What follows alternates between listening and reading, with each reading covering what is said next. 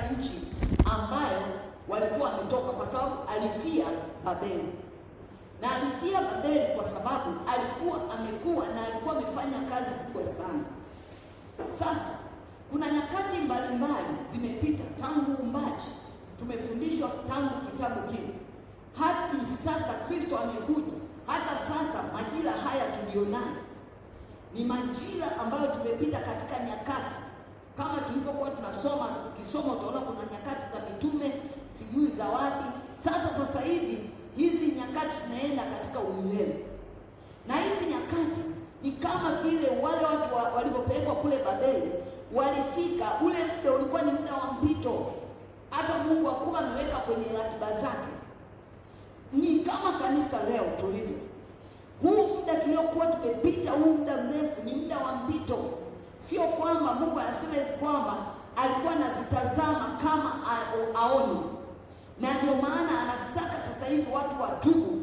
Na akisema watu watubu, sio kwa habari ya kusema naomba toba na rehema, kwa habari ya mgeuko wa ndani.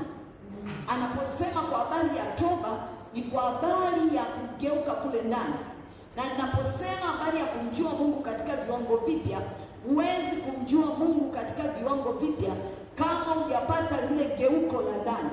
Geuko lile la ndani sio Mungu anakuja kukuletea, bali Mungu ameachilia neno, wewe uchukue hatua. Ni nini unachotakiwa kufanya katika nyakati na majira haya? Bwana Yesu asifiwe. Kuna nyakati hizi ambazo tulizonazo, Mungu katika kila nyakati zile alizokuwa akiziachilia kwa wanadamu, alikuwa anakuja kivingine.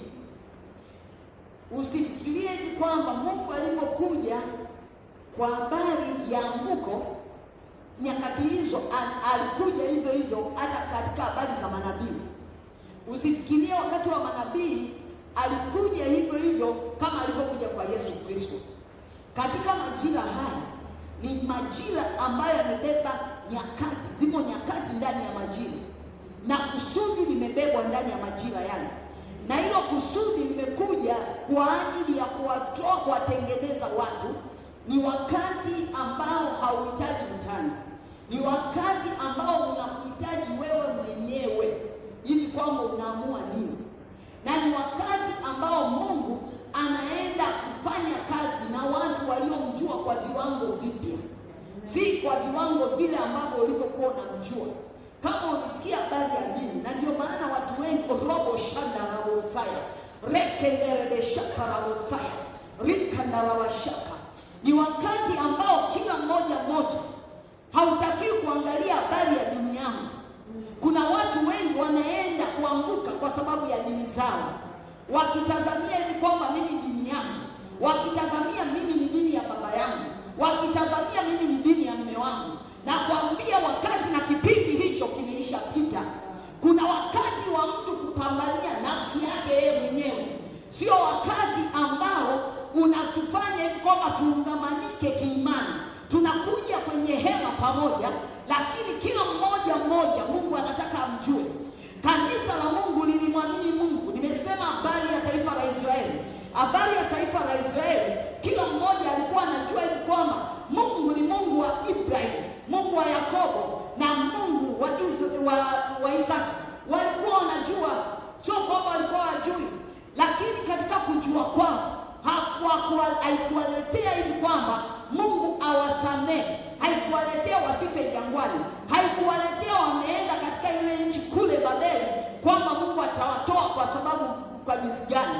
Kwa hiyo lazima tutambue ni wakati gani na ni majira gani ambayo yamekuja sasa, na ujue kabisa.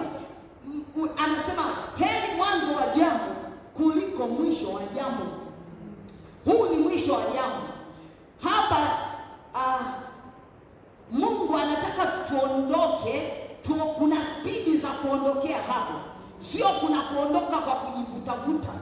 Kuna spidi ambazo Mungu anaziachilia. Anaziachilia wapi? Anaziachilia kupitia wewe utakapojua kile anachotaka ufanye kwenye majira na nyakati hizi. Hakiachilii kwa sababu umemwamini Mungu. Na ndio maana hata majaribu yanayokuja na mapito yanayokuja sasa, sio sio ya kuishia katika imani. Kama umjui Mungu na imani yako utabaki. Katika kipindi hiki imani yako haitakusaidia.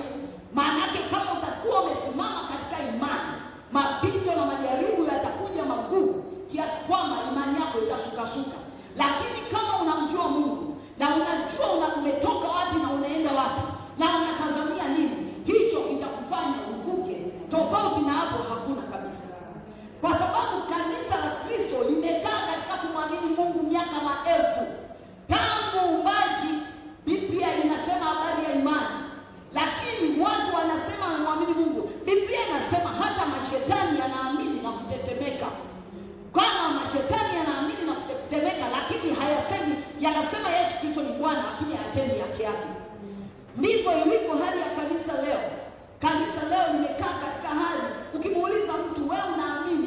Mimi ninaamini. Lakini katika utendaji wa anachokiamini ukiona. Kanisa tunaachwa. Bwana Yesu asifiwe. Bwana Yesu apewe sifa. Sasa katika nyakati hizi Mungu amekuja kuachilia ufahamu kwa watu wajue cha kufanya. Utashangaa mtu mwingine anauliza nifanye nini, na wakati anakaa madhabahuni anapokea neno, anapokea ufahamu, anapokea maarifa, lakini hajui cha kufanya. Wewe utaenda na Yesu. Yaani usijidanganye, hutaenda na Yesu. Uliza wakati huko unachukua ukijue kile unachoelekezwa, ndio utaenda na Yesu. Bwana Yesu asifiwe sana. Katika kila nyakati nimesema Mungu huachilia jambo. Sasa katika hizo nyakati kuna ufahamu. Leo ufahamu tulioenda nao leo, ndio maana hata ukianza kumwambia mtu mwingine ambaye hajakuingizwa kwenye ufahamu huu, anachanganyikiwa. Anachanganyikiwa kwa sababu gani? Kwa sababu ni ufahamu ulikuwa haujawahi kuwepo. Ulikuwepo kwa namna fulani, lakini sasa hivi Mungu ameufunua kwa namna fulani. Huo ufahamu Mungu ameufunua watu wajue cha kufanya, wafanye maamuzi sahihi wenyewe. Sio hivi kwamba kwa sababu hivi kwamba wote tumeokoka. Ni kweli wote tumeokoka, lakini tunaweza kuwa tunapishana njia katika kutembea. Kwa nini? Kwa sababu usipojua cha kufanya katika majira haya, hutajua cha kufanya pale mbele unapoenda kuvuka, ambapo pale unakutana na hatari. Kuna mambo tunaenda kukutana nayo ya hatari, makubwa ya hatari, ambayo kama sio Mungu kukuvusha, huwezi kuvuka. Na hautavuka kwa sababu ninamwamini Mungu. Maana hiyo ni hatua ndogo sana ambayo tulianza nayo. Tumemwamini Mungu lakini si kwa matendo. Maana tungeingia kwa matendo ingetupa kujua. Leo kwa sababu tumemwamini Mungu kwa viwango vya dini. Viwango vya dini, namwamini lakini yani ni nafsi, namwamini lakini siamini kile anachokifanya, anachokisema. Hicho hatuwezi kuvuka. Kwa hiyo ni kwamba Mungu, ukisoma kwa nini Mungu aliweka kabila la Isakari, Biblia inasema Mungu anajali muda kuliko unavyojua. Kama aliweka kabila kwa sababu ya muda na nyakati, usifikiri kwamba Mungu anataka ashereheshe. Nakumbuka juzi tukiwa hapa kanisani asubuhi, nimefika hapa, Mungu akanipa kuingia kwenye ibada. Nilikuwa nasikia kwa Mungu nafadia uwanja hapo, nikaingia ndani hapo. Nikaanza kumwabudu Mungu. Nilisikia Mungu alishuka katika hali ya ukali. Waliokuwepo wanajua Mungu alichosema. Alisema hachezi na mtu anayecheza muda wake. Na hata kunika na watumishi wanaopoteza muda hana shida nao. Na anasema amekuja kwa viwango vipya na mtembeo mpya. Sasa lazima ujue ni kwamba hivyo viwango vipya vikoje. Sasa kumjua Mungu kwa viwango vipya, tunasema Mungu huyu aliweka kabila linaitwa kabila la Isakari, watu wenye akili. Kanisa la Mungu sasa hivi halina akili. Kanisa la Mungu tumekuwa mataifa. Yaani ni kwamba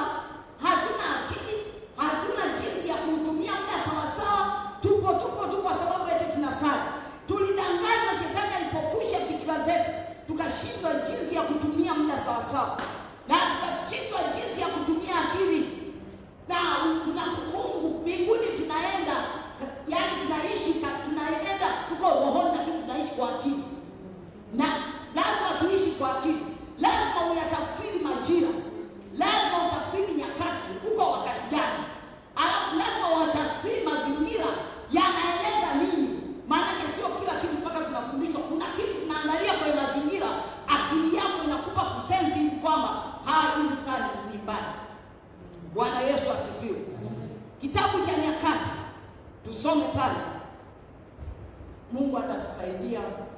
Tunataka kuingia kwenye maombi.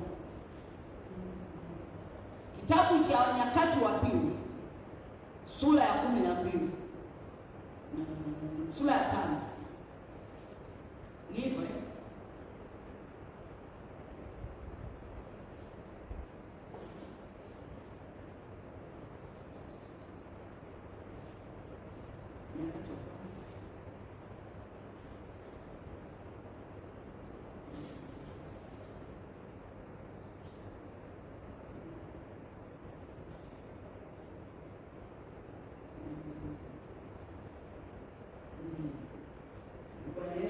Nyakati wa kwanza sura ya 12 mstari wa 32. Yaani maneno Mungu nimetoa kitu Mungu kama ananipa kichwani kama nikaenda mambo. Anasema wana wa Isakari, Biblia inasema Nyakati ile ya kwanza sura ya 12 mstari wa 32. Anasema na wana wa Isakari, watu wenye akili za kujua nyakati, za kujua, nasema kujua Mungu kwa viwango vipya. Wana wa Isakari, watu wenye akili za kujua nyakati. Sasa kanisa la Mungu liangalie linajua nyakati. Anasema wana akili. Sasa niulize, kanisa la Mungu, akili tumepeleka wapi? Ili tupambanue, tujue kwamba ni wakati gani unatakiwa kufanya nini. Hawa watu wenye akili kuyajua ya wapasayo Israeli watende. Mungu, ninapowaambia Mungu anathamini nyakati zake, anathamini sana. Alichukua taifa moja, yani kabila moja, wanaitwa wana wa Isakari, wakawa wamewekwa kujua, wana akili kabisa za kujua. Yani Israeli wanatazamia wale ndio vichwa vyao, ili waondoke sehemu. Isakari wawaambie hivi, haya majira Mungu ataka kufanya, haya majira Mungu ataka kuondoka, haya majira tutafanya hivi, haya majira tutafanya hivi. Yani wenyewe walikuwa wanaelimisha taifa zima la Israeli, wanategemea hii familia wana wa Isakari, hadi kabila la Isakari. Watu hao walikuwa wanajua yapasayo Israeli wayatende. Leo hii yupo Roho Mtakatifu. Zaidi ya yote, Roho Mtakatifu yuko ndani yangu, Roho Mtakatifu yuko ndani yako. Zaidi ya yote, kama vile wana wa Isakari walikuwa na kiongozi wao aliyekuwa anasema na Mungu, Musa. Zaidi ya yote, Mungu amekupa neema, umekaa chini ya Musa. Umekaa chini ya Musa, alafu Roho Mtakatifu naye ndani, alafu Musa anaenda kwa Mungu, anakuja kukutafsiria moyo wa Mungu unaposema kwa ajili ya maisha yako. Lakini akili haingia akilini kujua kwamba ni jambo gani linaloashiria sasa hivi. Anasema wana wa Isakari, nikisoma hii Biblia inasema watu wa Isakari waliofahamu majira na kujua kile ambacho Israeli inapaswa kufanya, walikuwa viongozi 200 pamoja na jamaa zao wote chini ya uongozi wao. Yaani wale walikuwa ni kama wizara. Wizara hii ilikuwa inahusika na kuangalia majira na nyakati. Mungu, kuna mambo unapokuwa umechelewesha unapata adhabu. Kuna mambo ukichelewesha unapata adhabu. Japokuwa unaweza kurudi kuomba toba, lakini utapata adhabu. Kuna mambo ambayo ukiwahi napo unakosea unapata adhabu. Lakini Mungu hapa anaelezea hawa wana wa Isakari walikuwa ni watu wenye akili, walikuwa wachelewi na walikuwa wawai. Maana Mungu ameweka akili, wana akili ya kutafakari, na Mungu anawafunulia ili kwamba sasa hivi hema inatakiwa kwenda, sasa hivi hema inatakiwa hivi, sasa hivi inatakiwa hivi.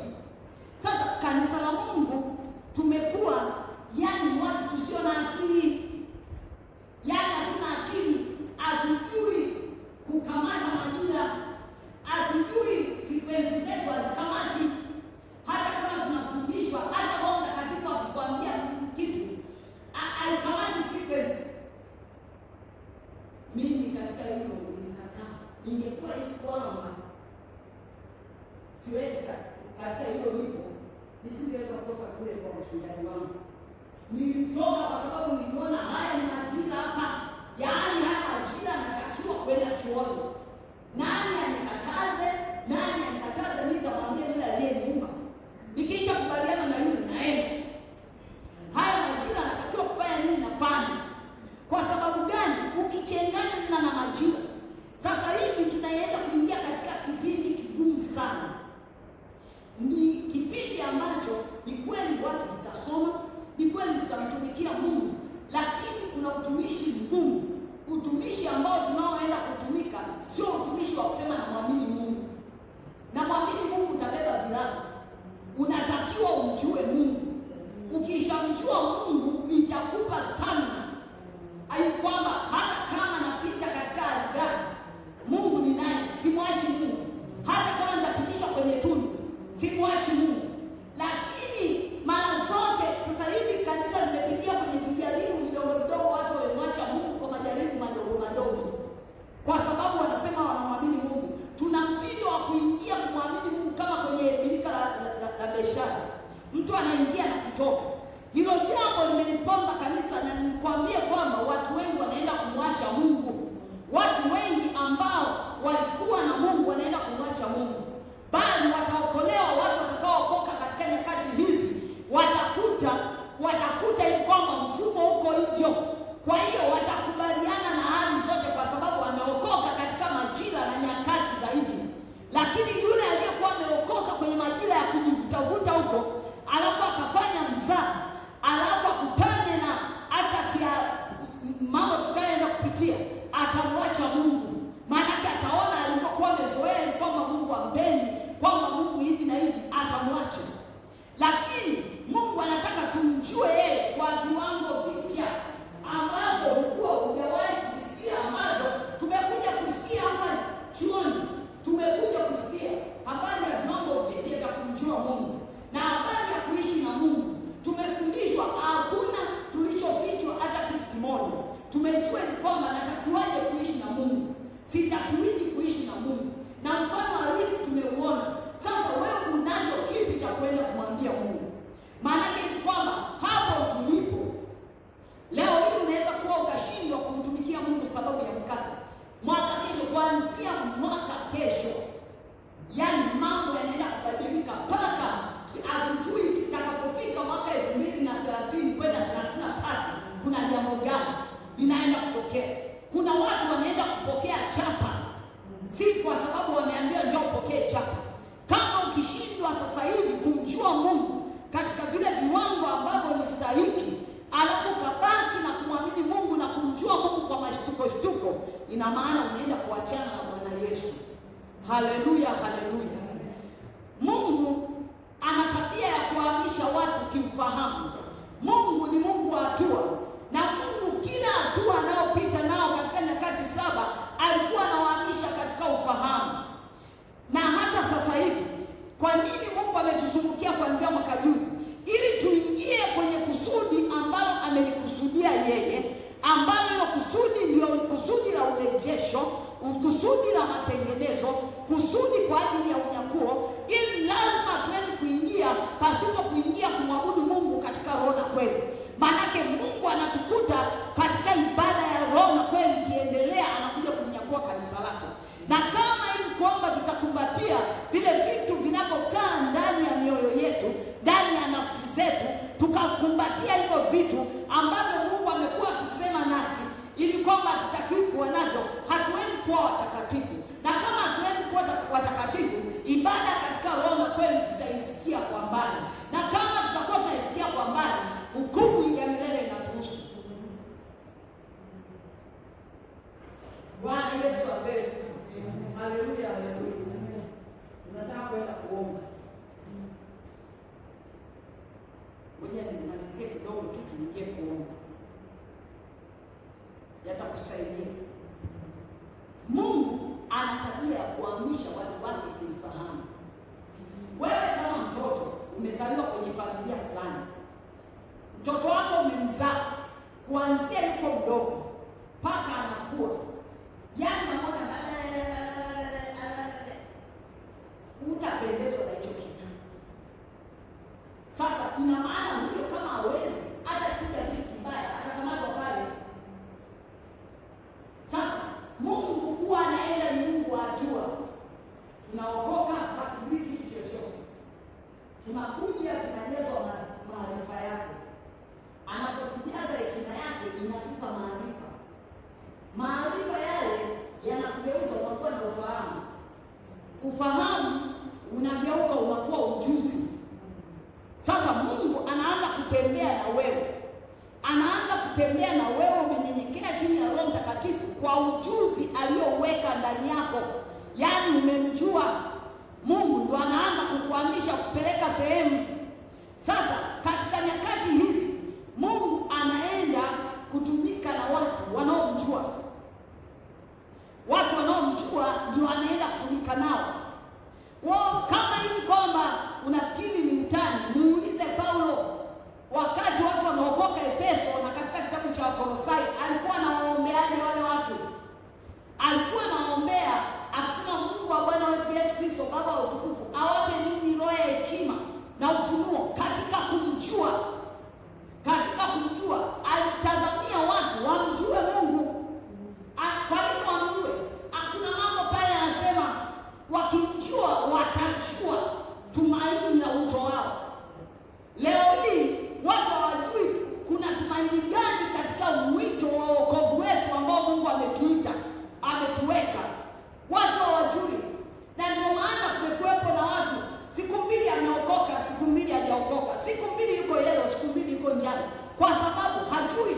Na hii ukimuuliza huyo mtu wao umemwamini Mungu, atakwambia nimemwamini. Tena ukimwambia una imani, mtu unaweza kugombana. Hicho kitu kinamuuzi sana Mungu. Hicho kitu kinamuuzi sana Mungu. Maana watu tumebaki katika level moja. Watu tumebaki katika hatua moja, na ndio maana kwa sababu hiyo Mungu ameamua sasa hivi katika majira haya. Maana haoni watu wanaoenda. Haoni watu wanaoenda. Wale waliokuwa wameanza safari wameisha sita na safari. Kitu anachofanya anaenda kuinua wale ambao hawakustahili kabisa. Na ataachilia nguvu kubwa na ujuzi mkubwa ili watu hao waingie katika mbingu zake. Wewe na mimi tuko wapi? Wewe na mimi tuko wapi? Kwa habari ya kumjua Mungu kwa viwango vipi? Ondoa mitazamo yote iliyokuwa imeweka kwenye maisha yako. Ondoa mitazamo yote. Rudisha ufahamu wako kwa Mungu ili ukapata kumjua Mungu. Maana usipomjua Mungu hutaenda, huna safari, umeshamaliza. Huna safari. Ni wakati wa wewe kumjua Mungu kibinafsi. Kumjua Mungu kibinafsi, sio ukae chumbani. Utakuja upewe mafundisho na mwelekeo, alafu wewe usome, utafakari, ukae na Mungu, Mungu akufunulie nini unachotakiwa kufanya. Bwana Yesu asifiwe. Haleluya, haleluya. Haleluya, haleluya. Basi tutasoma Waefeso alafu tutaishia hapa.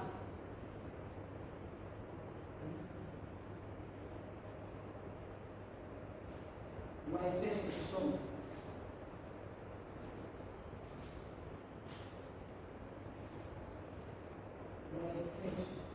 Waefeso moja. Watu wangeng'ang'ana katika kumjua, usingekuwa na makelele kanisani. Bwana Yesu asifiwe. Anasema Paulo huyu alienda katika sehemu ngumu sana. Leo hii tunaokoka, hawa walikuja pagumu sana. Hawa Waefeso mili yao ilikuwa imejaa miungu ya ajabu, na walikuwa hata wakiokoka kuna adhabu kubwa wanazozipata ambao sisi tumepita kwenye wokovu tambarare. Paulo alienda kuhubiri, ndio maana unaona hiki kitabu kwa kina maneno ya vita sana. Anasema hivi kwamba nianzie mstari wa 15, kwa sababu hii tangu niliposikia juu ya imani yenu katika Bwana na upendo wenu kwa watakatifu wote. Anawaambia Waefeso waliookoka. Anawaambia habari ya imani, amesikia imani, lakini Paulo hajaishia kwa ile imani yao. Anasema mstari wa 16, siachi kumshukuru Mungu kwa ajili yenu nikiwakumbuka katika maombi yangu.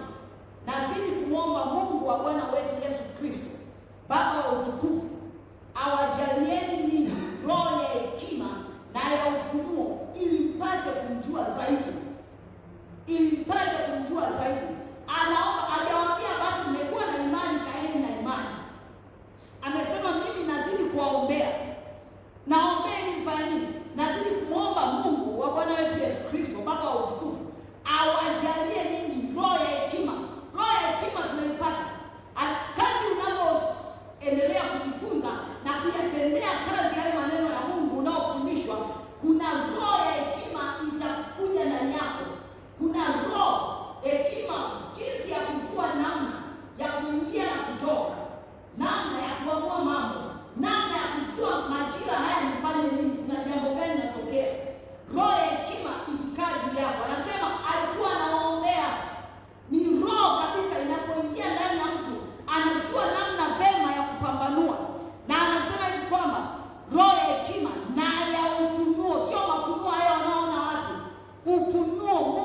aachilie ufunuo ndani ya mtu, namna ya kutenda, namna ya kukabili mambo, namna Mungu ataachilia ufunuo kadri kwa neno lake na kwa mafunuo yake zaidi. Anasema kwamba na ufunuo mpate kujua zaidi, sio wapate kuamini, wapate kujua zaidi, wapate kujua zaidi, wajue zaidi nini. Anasema pia naomba pia kwa macho ya mioyo yenu yatiwe nuru. Maana unapojua ndio macho yako ya roho yanaanza kuona, sio macho ya kuona kwenye ndoto, sio macho ya kuona kwenye ulimwengu wa roho. Macho ya roho, jicho liko ndani ya moyo. Unapojua ule ufahamu unafunguka, au giza linaondoka, unaanza kujua hili liko hapa. Kwa nini sasa hivi? Kwa nini nina muda mrefu kwenye wokovu nimesimama hivi? Kwa nini Mungu anasema hivi? Kwa nini mtumishi akisimama pale anasema hivi? Unaanza kujua, kwa sababu ile jicho la rohoni likifunguka unaanza kujua. Ndio maana anasema macho ya mioyo yenu yatiwe nuru. Yatiwe nuru wapi? Yatiwe nuru ndani wewe, sio kwa mtu mwingine. Yatiwe nuru kwanza kwako. Maana huwezi kumhubiria mtu kitu wewe usichokiweza. Lazima usimame katika kile unachokiweza. Majuzi niishia. Majuzi kule nyumbani kuna mtumishi mmoja alipohubiri. Mimi nimekaa pale kiti namsikia anahubiri, nikasema hivi anajua anachohubiri, anajua au anafunulia sisi. Mimi nikampokea, kaenda nyumbani. Tulipoenda nyumbani, nilipofika usiku, yaani niwajua nilimuuliza hivi mnafanyaga sarakasi na madhabahu nini? Akaanza kunishangaa. Nikaambia uwewe, hiki kitu umetuhubiria pale, umekujaje ukifanya Mungu ndani yako? Ni shetani amekuja huko. Akaanza mtu anashangaa, nishi hapa anashangaa. Nikamwambia hicho kitu umetuhubiria hapa, hapo unakuja kulia, acha mzaa, sitaki ujinga hapa, acha mzaa hapa. Nikamwambia acha mzaa, utatokea belenge hapa, sikai na watu wa namna hii. Bwana Yesu asifiwe. Watakuja watawaambia. Nikamwambia msitete comment pale. Unachokuhudumia ukiishi. Sio kwamba wewe dakika 3 umetoka pale na kumwambia wale huyu hapa kuna binti mmoja ninaipa. Huyu binti amekusikia umehubiri pale.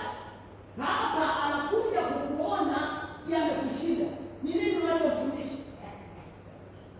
Nikamwambia nenda nimwambie kwa nini. Bwana Yesu asifiwe. Kwa sababu gani? Yaani tumekuwa na maisha fulani. Yaani alafu lazima tunaenda mbinguni gani? Hatuwezi. Lazima tumjue Mungu kwa viwango vingine. Mungu juzi ile aliposema pale anasema kumbe nataka kumjua Mungu kwa viwango vingine. Tunatakiwa kumjua Mungu kwa viwango vingine. Angalia tu jinsi maisha tunayoishi. Utajua kwamba tunamjua Mungu. Wana wa Israeli hawakuweza kuingia kwa sababu walimwamini Mungu, lakini hawakumjua Mungu. Tunavuka 26 kuna mambo mazito zaidi yanaenda kutokea. Na ndio maporomoko yanaenda kushusha watu kuendelea. Kama hujamjua Mungu, kama hujataka kumjua zaidi, kama hujataka kuwa na ushirika na Mungu, kama hujataka kumjua Mungu pamoja na kuendelea kuondoa zile ndani, hiyo ndio tunamjua Mungu. Kujua Mungu ni sio kwamba namjua kuhubiri. Kumjua Mungu ni kutengeneza maisha yangu, ndio namjua Mungu. Na Mungu ndio anapoachilia hekima na ufunuo kwa kadri ninapojinyenyekesha kwake na kwa kadri ninapotaka kumjua yeye. Maana kwa Mungu nikienda kutaka kumjua yeye, cha kwanza atanionyesha makorokoro. Hiki hapa toa. Na ninapotoa ndio na nasogea, namsogelea. Na